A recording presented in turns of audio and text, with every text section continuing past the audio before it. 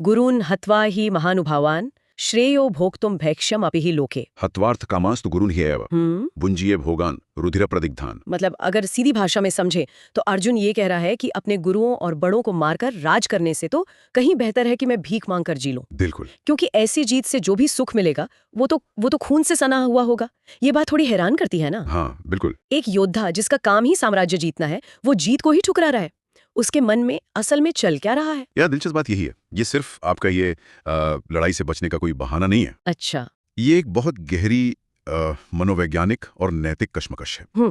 अर्जुन का तर्क ये है कि मान लो वो अपने प्रियजनों को मारकर जीत भी गया, उसे सिंहासन मिल भी गया, लेकिन क्या वो उस सुख को भोग पाएगा? सही बात है। उसका अपना मन, उसकी आत्मा, वो उसे चैन से नहीं बैठने देगी।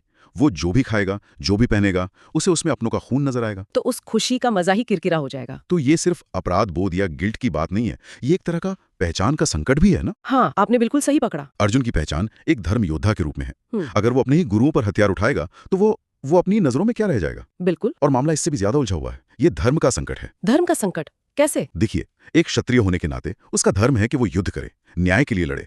लेकिन एक शिष्य होने के नाते उसका धर्म है कि वो अपने गुरुओं का सम्मान करे, उन पर हाथ ना उठाए। ओ, तो अब यहाँ उसके दोनों धर्म एक दूसरे के आमने सामने खड़े हैं। हाँ, वो एक को चुनेगा तो दूसरा छूटेगा। असली दुविधा तो यही है। ये तो एक चक्रव्यूह जैसी स्थिति हो गई। मतलब वो जो भी रास्ता चुने, किसी ना किसी धर्म का उल्लंघन तो होगा ही। वो बुरी तरह फंस गया। ये अपराध बोध वाली बात सुन के मुझे हमारे सोच में दिया गया शेक्सपियर के नाटक मैकबेथ का उदाहरण याद आ रहा है। कहानी बिल्कुल यही लगती है, बस समय और जगह अलग है। हाँ, बहुत सटीक उदाहरण है वो। मैकबेथ स्कॉटलैंड का एक बहादुर और सम्मानित योद्धा था। उसे सत्ता का लालच दिया जाता है और अपनी पत्नी के उकसाने पर वो रात में सो रहे राजा का कत्ल कर देता है और खुद सिंहासन पर बैठ जाता है। तो उसे वो सब कुछ मिल गया जो वो चाहता था, ताकत, ताज, सब कुछ। लेकिन उसके बाद क्या हुआ? क्या उसे वो सुख मिला जिसकी उसे उम्मीद थी? बिल्कुल नहीं। यहीं से उसकी असली हार शुरू होती है। उसे राज तो मिल गया, पर उसकी रातों की नींद उड़ गई। अच्छा। नाटक में एक बहुत मशहूर लाइन है, मैकबेथ ने नींद का कत्ल कर दिया है, इसलिए अब मैकबेथ कभी सो नहीं पाएगा।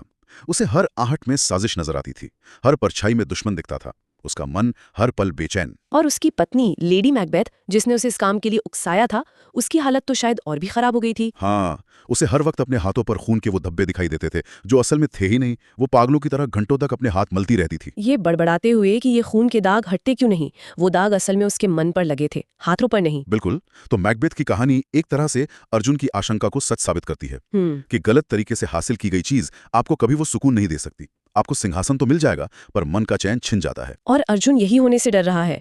वो देख पा रहा है कि खून से सने हाथों से मिला राजपाट उसे मैकबेथ की तरह ही एक जिंदा लाश बना देगा। सही कहा। तो इसका मतलब ये हुआ कि असली दौलत महल या सिंहासन नहीं, बल्कि मन की शांति है।